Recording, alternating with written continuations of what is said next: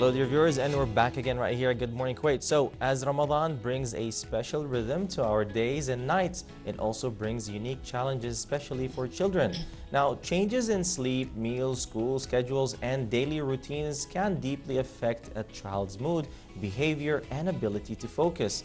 Now, that's why understanding how to support children during this holy month is more important than ever. Now, today we are pleased to be joined by a special guest who will help us explore how parents and educators can guide children through Ramadan in a healthy, balanced, and compassionate way.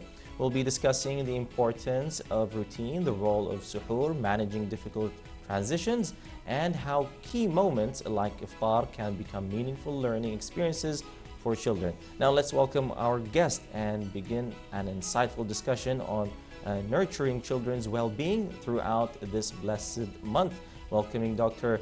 Caroline Farhat, a PhD in linguistics and speech disorders educational consultant. Hello and welcome to the show, Thank Doctor. you so much. Yeah. So tell us a little bit about why the routine is very important, especially right now that we're going to enter to Ramadan, and I know there's going to be a lot of change in the routine. Yeah, normally children like the routines, and also if we want to put any schedule before Ramadan, you know something, it's a change in Ramadan. Ramadan not for lazy a month that we want to sleep, we want to say just I want to sleep because I am fast. We want to do more activities, but not physical activities. This is effect for the children that they want, they last their energy because they didn't eat the good meals and they didn't do something. But if in suhoor, we give them good meals like carbohydrate or protein. It can help them to last the hungry issues for the children, especially for the ADHD children. And also, if we can less more sugar from the meals, it's better for them. Always the brain depends on the steps that they regular for something that the routine. If you want to break this routine, it's so hard for the children. Yeah. So now the first step for in Ramadan is of course waking the children up for the first thing to do, which is suhoor. Yeah. How can we actually let them welcome suhoor in a nice way, let them accept it, that this is something that you have to do. We don't want to make it feel like it's entering the army. Yes, of course, we can do something exciting for them. They can push them, they can support them. I put for you the special meal for you. You can eat. We can prepare before one day, night.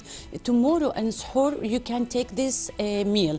Tomorrow in suhoor, you want to draw. Tomorrow in suhoor, you want to write. Tomorrow in suhoor, you can do something.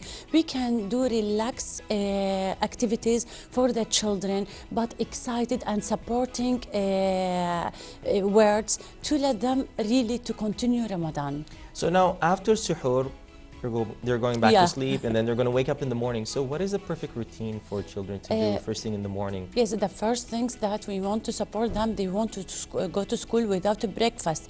We can remember them, you took your breakfast like a suhoor, and you can go to your school, but don't eat something because if you return back, you will be relaxed. But this is so hard for them because this is routine for the children that they want in 8 o'clock. At 8 o'clock, they want to take their breakfast. Where's my breakfast? They can ask, but you took it at before 5 o'clock or 8 o'clock. We can change the time. We can tell them. We can speak with them. We can prepare them for suhoor, switch between suhoor and breakfast. Now, if we change that time, regularly the brain can understand that breakfast the same suhoor. Yeah. For this reason, yes, it's okay. It's like having an honest conversation. Yeah. But also we want to give them more emotional because the energy low so much, and they need emotional because the angry issues can be high. For this reason, we can support them every time. Okay, so talking about mood swings and all of this with children, the question is, how can we actually transition these difficult routines to the kids? How can we actually tell them that this is part of Ramadan, this is something normal that you have to do? And it's because it's a holy month of Ramadan, and it is a very spiritual month. Before Ramadan come, we have to prepare the children. We have to speak with them. How can the routine can change? We didn't want to destroy your routine. We didn't want to do something hard for you. We didn't want to give you difficult things or to think about something. We can do. We can prepare our home for Ramadan. Yani like decor, like everything. How can you pray? How can you go to Tarawih praying with your dad to the mosque? Yani we can prepare the children like this. We can put program schedule for them. I want to do like this activities in Ramadan. Special activity. Yani this is a special activity didn't do in the normal life. Yani it's a special month. Yani we want to let them, okay, you will fast, you will be tired, but if you're excited to fast, you are so good, you will be so good, and this is healthy for your brain and your health. It's very true. I mean, me and my daughter, sometimes we make a timeline table and showing her throughout the day what we should do up before futur time. So she'll keep on, I tell her, like, you have this much hours, so you need to fill it by yourself. Tell me what you want to do. Of course. And it's hard for them before the 1 hour before iftar. Yes, it is. It's hard. This is the hard, really hard the 1 smell hour. Of the food, yes, for the food, how know? can I do? But if they work more things and they can prepare the food and a good meal for them, it's good for the children. But we want to say for them, you have to be patient because you can gain more. You have give the all the parents should to give a proof. They can explain why we fast, why we want to do like this. It's help your brain to concentrate more and more. It help you to be relaxed. After they return back from school, they have to take nap time relax. Yeah, which is my other question is like, how can we deal with after school routine? Yes, after school they can enter, we can give them emotional way and we can hug them. You are strong, you can do, you can continue. This is the first emotional way. And next, they should to sleep, rest. If they didn't want to sleep deeply, they can rest. And also for tasks, for study. We know that they studied hard in home after school.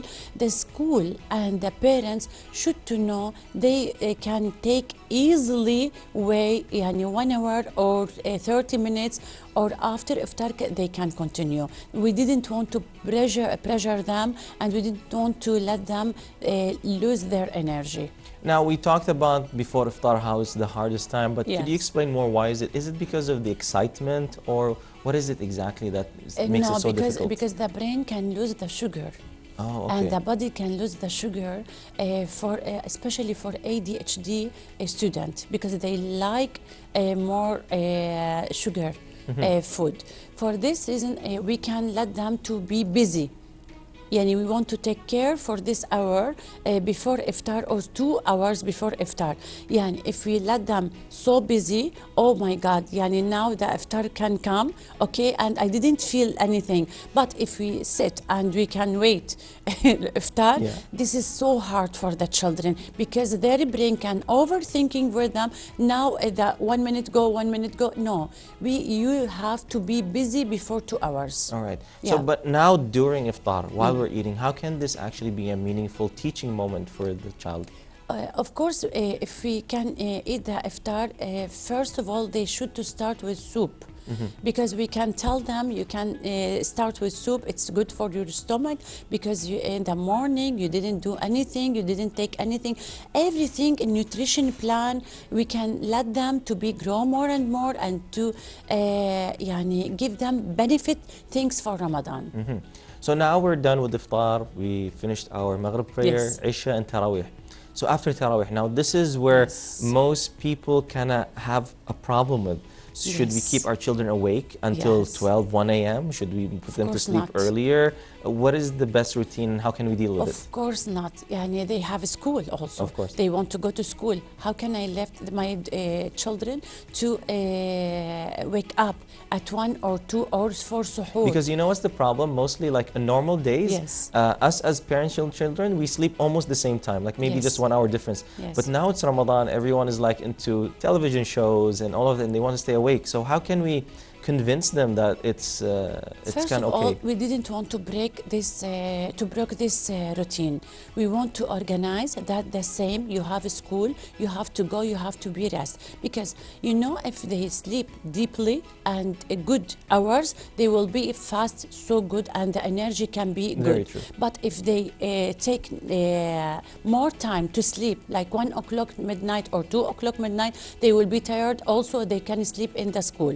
For this reason, the parents have to organize the sleeping time for the children the same before Ramadan. Yani don't break this time or this routine, because they can continue for tired, for angry issues and anxious and everything and overthinking. No, I didn't want to do like this. I will continue, but close the TV. Excuse me. They can close the TV and they can go with them to the bed, and this is normal. Before Ramadan, after Ramadan, and in Ramadan, the same routine for Very night. true. We came full circle on this discussion. Any last messages you want to give to our dear viewers, to their children? Of course, for teachers and for parents, please, can you understand the children that they fasting in Ramadan, because it's so hard for them, and also take care for your nervous system. For dad, I am fast, I want to be angry, I want to shout. This is not for the children. For women, don't leave me, because for mom in the home, I want to cook, I want to do something, I want to do.